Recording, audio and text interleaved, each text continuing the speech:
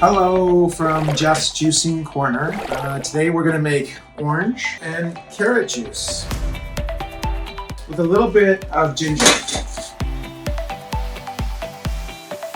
I'm going to start by cutting it in quarters, and then once it's cut in quarters, then you have to peel it. These ones have to be peeled, so you have to just take the peel off. And that's it. We'll catch you in a bit.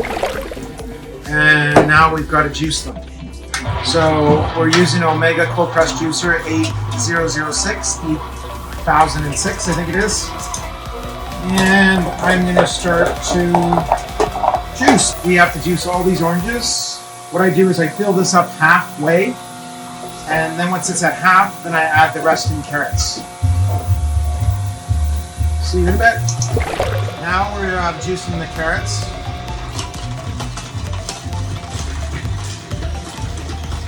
And there's going to be probably 8 to 10 carrots.